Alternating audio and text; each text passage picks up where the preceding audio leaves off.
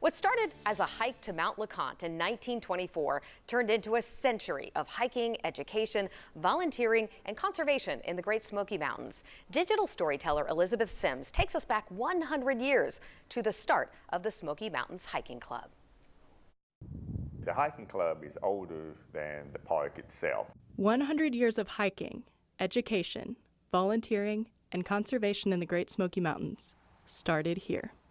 On an October day in 1924, when 20 hikers from the Knoxville YMCA set off for Mount LeConte. The idea was spawned by George Barber and Marshall Wilson, who worked at the Y and thought it would be a good activity to have for the young people to have a place to go and hike and learn more about the outdoors. That group gathered on top of Mount LeConte agreed more people should experience that view and formed the Smoky Mountains Hiking Club.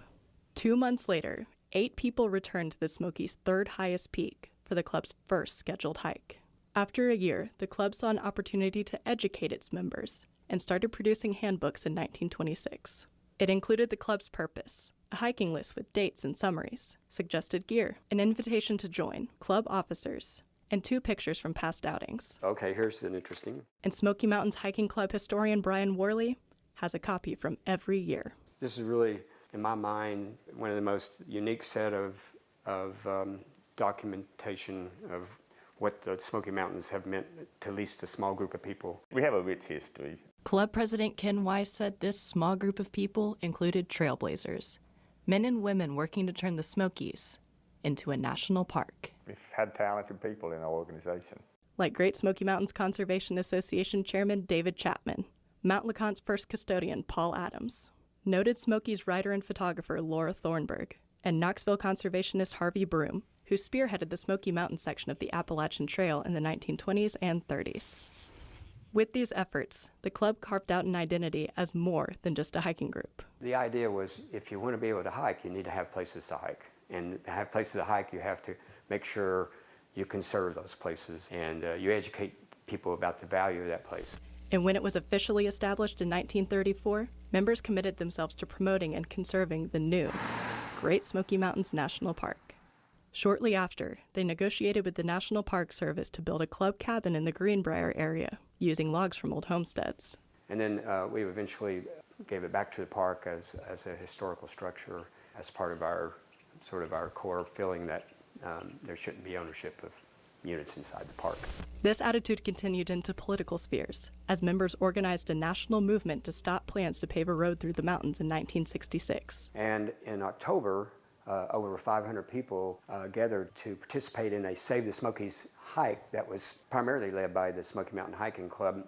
After that hike and after many other input from people across the country, the road was voted down. The adventures and activism weaved a social fabric for people passionate about the outdoors, especially in the early years when hiking was not as accessible or affordable. They were always having social events. They would have square dances, fish fries. They would meet and talk about different books that they read. They would have they still do have photograph contests.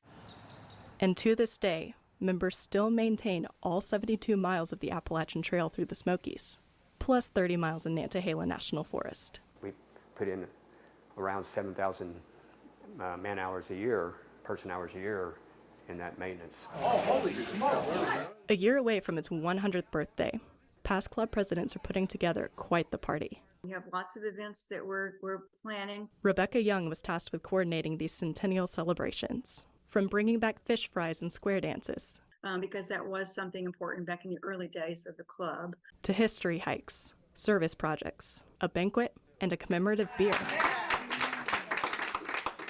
All to pay homage to a century of hiking, education, volunteering, and conservation.